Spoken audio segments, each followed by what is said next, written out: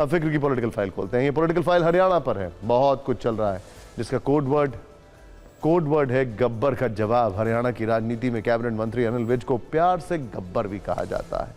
प्रदेश BJP अध्यक्ष मोहन लाल बडोली ने उन्हें 10 फरवरी को कारण बताओ नोटिस भेजा था, लेकिन इंटरेस्टिंग यह है कि उन्होंने अपना जवाब प्रदेश बीजेपी नहीं बल्कि दिल्ली हाईकमान को भेज दिया है। वैसे भी अनिल विज अपने तीखे तेवर के लिए जाने जाते हैं। वो लगातार हरियाणा के सीएम और प्रदेश अध्यक्ष के खिलाफ बयान दे रहे थे, अपनी ही सरकार के खिलाफ मोर्चा खोले हुए थे, जिसके बाद उनसे जवाब तलब किया गया। खुद सीएम सैनी ने कल दिल्ली आकर आला कमान से मुलाकात की थी। आज अनिल विज ने नोटिस की समय सीमा खत्म होने से पहले अपना जवाब दाखिल कर दिया।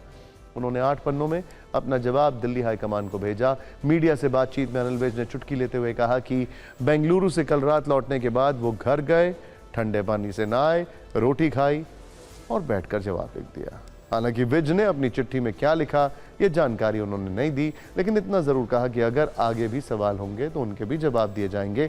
यही नहीं, उन्होंने कारण बताओ नोटिस के लीक होने पर भी सवाल उठाए और ये इच्छा जताई कि पार्टी चाहे तो इसकी जांच करा सकती है कि आखिर नोटिस उनके पास आने से पहले ही मीडिया तक कैसे पहुंच गया।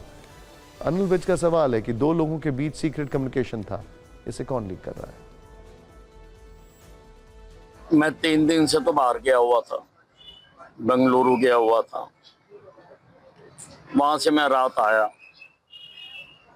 घर गया, ठंडे पानी से नहाया, रोटी खाई और बैठकर मैंने जवाब लिख दिया। रात मैंने समय से पहले 3 दिन का समय दिया गया था, मैंने जवाब भेज दिया। मैंने उसमें ये भी लिखा है कि अगर किसी और बात का आपने जवाब चाहिए वो मुझे दे दे, वो भी मैं लिख के दे दूंगा।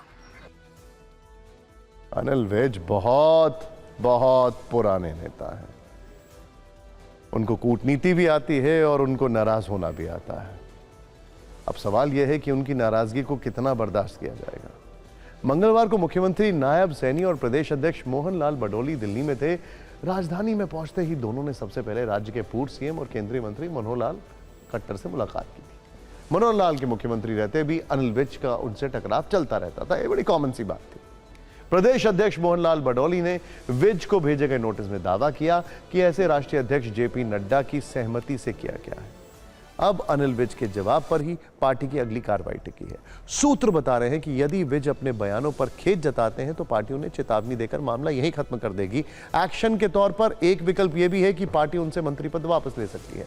सूत्रों का कहना है कि विज को नोटिस देने के पीछे एक कारण यह भी है कि पार्टी बाकी सीनियर नेताओं को भी कड़ा संदेश देना चाहती है। मंत्रिमंडल में सीएम सैनी से सीनियर कई मंत्री हैं, ऐसे में आगे कोई भी इस तरह की घटना न हो, इसीलिए पार्टी ने अनिल विज को नोटिस भेजकर जवाब मांगा। अब बीजेपी का नोटिस वाला दांव हरियाणा में अनुशासन कायम करेगा या बगावत का नया दौर शुरू होगा, ये तो आने वाले वक्त में पता लगेगा। लेकिन इतना तय है कि अनिल विज ने जिस तरह प्रदेश नेतृत्व को दरकिनार करके सीधे आलाकमान को चिट्ठी लिखी है, वो एक तरह से आलाकमान के लिए कड़ा संदेश देने जैसा ही है।